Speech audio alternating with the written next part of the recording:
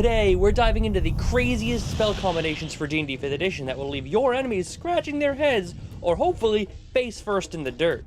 From tiny dragons to gravity-defying doom, these combos are as effective as they are hilarious. So grab your dice, hit that like button and subscribe, and get ready to unleash some arcane chaos.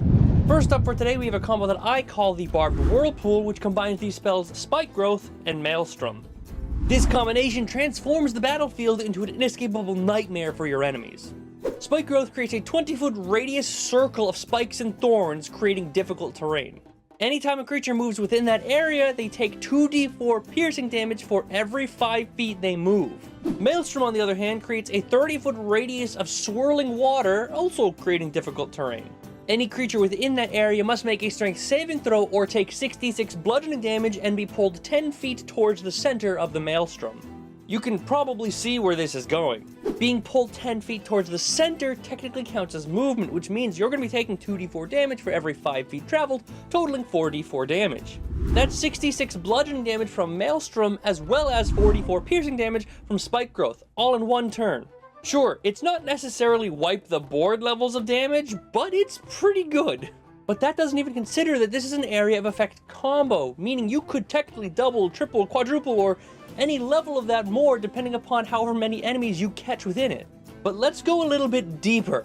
If you cast this combo on a single enemy in the center, there's likely no way they can escape in a single turn. A creature with average movement speed will take at least 2 turns to get out of it, all while continually taking damage. And just to clarify, that's 2 rounds of guaranteed Spike Growth damage, and 2 rounds of chances of being pulled back into Maelstrom's effect, thereby doing more Spike Growth damage and more Maelstrom damage.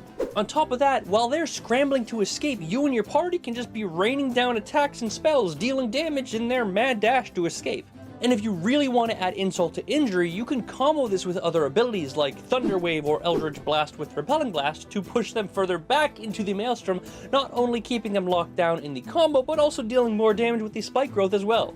While it does demand concentration of 2 casters, the synergy it creates is an incredibly powerful tool for crowd control and sustained damage against large groups of enemies. Moving on to the second spell combo for today, we have something called the Ethereal Refuge that combines these spells Feign Death and Secret Chest. This admittedly is a very niche combo, but it is too fun not to talk about. Secret Chest creates a 3-foot by 2-foot chest that you can summon when you cast a spell that can hold up to 12 cubic feet of non-living material. And if those air quotes didn't give it away, when I say that Feign Death puts a creature in a catatonic state indistinguishable from death, it all starts to come together. The chest specifically states that it can hold non-living things, so Feign Death is going to be the loophole that we're going to be exploiting here.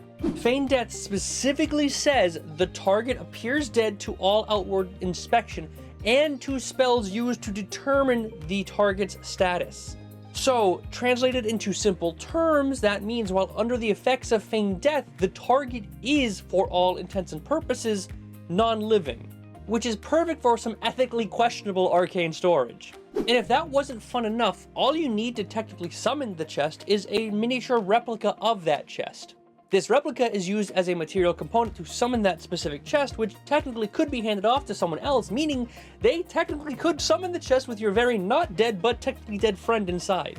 Wow, that sounded really unsettling. But the possibilities are endless. Need to hide someone from some less than agreeable individuals? Quick, get in my magic box. I promise no one will find you. Want to sneak someone into a heavily guarded city? No problem. Jump on the box and trust me. Okay, the more I talk about it, the worse it sounds, but you get my point. The spell is equal parts hilarious and effective. Imagine pulling this off during an actual game session. Your DM's face alone will be worth the spell slots. Just make sure you don't leave your friend in there for more than an hour, because that would be a very unpleasant wake up. Waking up at the wrong side of the bed? Let's talk about waking up in a tiny little box on the wrong plane of existence. I'm sure it'll be fine, but best not forget anyways. Moving on to our next combo for today, we have the best scaling combo with the Divine Wrath, which combines these spells Hold Person or Hold Monster with any of the Smite spells. The combo comes online as early as level 3 and can scale incredibly well. For those of you unfamiliar with the smite spells, they effectively allow you to add extra damage to your melee attacks. At level 3, Thunderous Smite adds an extra 2d6, and at level 9 with Banishing Smite you add an extra 5d10. By themselves they're already incredibly powerful, but throw on top Hold Monster or Hold Person and suddenly they're off the rails powerful. Hold Person or Hold Monster forces a creature to make a Wisdom saving throw or become paralyzed. For those not fluent in D&D lingo, that is arguably one of the worst conditions you can have in 5th edition. It's for really a few reasons. 1, you can't speak. 2, you auto-fail strength and dex saves. And 3, all attacks against you have advantage and all melee hits are critical hits. Okay, really none of those matter except the auto-critical hits, you're right. All melee attacks that hit a paralyzed creature are automatically a critical hit. Now, let me break out my nerd side and let's do some fun math. With critical hits, you double the amount of damage dice you roll. If we're being conservative, with a humble short sword with a +2 bonus to our attack and damage rolls, using a 1st level smite, the numbers will look something like this. Base weapon damage of 1d6 +2 plus the additional 2d8 smite damage. If we double all of those dice because of the automatic critical hit, it looks more like 2d6 plus 4d8 plus 2. That's an average of 27 damage at level 3. For perspective, at level 3, most characters only have 20 to 25 hit points, meaning that this one combo is enough to drop any of them. But let's crank it up to Banishing Smite levels. We have the base weapon damage of 1d6 plus 2, plus the 5d10 from the Banishing Smite. With the crit, we double everything, meaning we get 2d6 plus 10d10 plus 2 damage, totaling an average of 64 damage.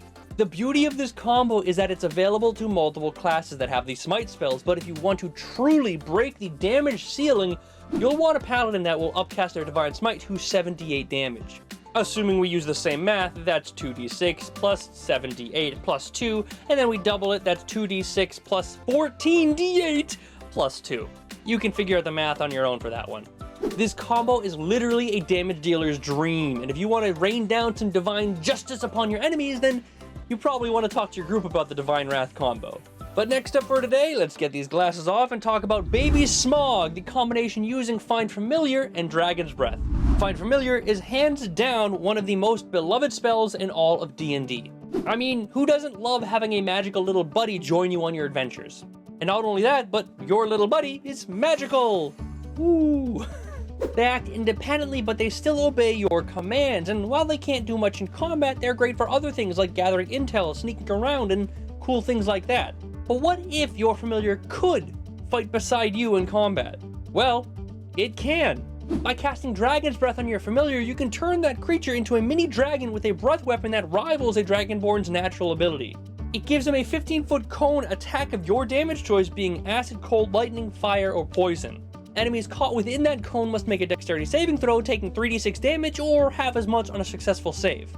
And if your familiar can fly, well, now you have a tiny flying flamethrower. Sure, this combo might not be the most devastating thing to pull out, but let's be real, it's pretty fun. Your familiar acts on its own initiative, meaning that you effectively get a free Dragon's Breath every round while you're off doing whatever you're doing. Just imagine the look on your DM's face when your cute little owl swoops down over the battlefield and unleashes a 15-foot cone of fiery destruction. This combo, like the others, is equal parts hilarious and effective. And since you can change not only the damage type every time you cast Dragon's Breath, but also the form of your familiar every time you summon them, it's incredibly versatile. And the best part about Dragon's Breath is that it lasts an entire minute, meaning your little buddy has 10 whole rounds to live out his dreams of being a dragon. So why not go ahead and give your familiar their moment to shine? Now let's move on to our final combo for today with one that I call the Snag and Splat. This combo kicks in at level 7 and combines these spells Dimension Door and Suggestion. Now you've probably got an idea where this spell is going based on the name, but stick with me because we're going to take this step by step. Suggestion is a charm spell that forces a creature to make a wisdom saving throw, and if they fail, then they're compelled to follow your reasonable and non-harmful suggestion to the best of their ability. Dimension Door, on the other hand, allows you to teleport yourself and one willing creature up to 500 feet away. No strings attached, any direction, as long as they are your size or smaller. You're definitely already piecing this together, but let me paint the picture for you. You cast Suggestion on an enemy and hit them with a plausible lie. Once they're charmed, you cast Dimension Door and teleport both you and your enemy 500 feet straight in the air. Then you just let go and splat. But let's talk numbers. Falling damage in D&D is calculated at 1d6 per 10 feet falling, capping out at 20d6. The average roll for 20d6 just happens to be about 70 damage. That is enough to delete most mid-level enemies. But the astute of you might have noticed an oversight in my combo. Yes, you would also technically be falling, but let's be real, if you're pulling this combo off, then you probably have Featherfall or a flying item or some other ways to avoid being part of the splat combo yourself. And if you don't, then turn on Free Fallin' by Tom Petty and let the bard sing the story of the hero who majestically saved their party by sacrificing themselves in one of the most memorable ways possible. So whether it's a clutch move or the inspiration for your bard's next ballad, this combination is a great way for your enemies to learn that following you was one of the worst decisions they've ever made. But what do you think?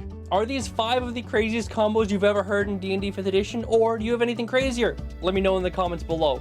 And hey, if you're looking for more ways to enjoy the game, why not like the video and subscribe for more epic spell breakdowns, combos, or maybe even a DM tip or two for players who might watch videos like this one. Thank you very much for watching, I hope you enjoyed, and I will see you next time.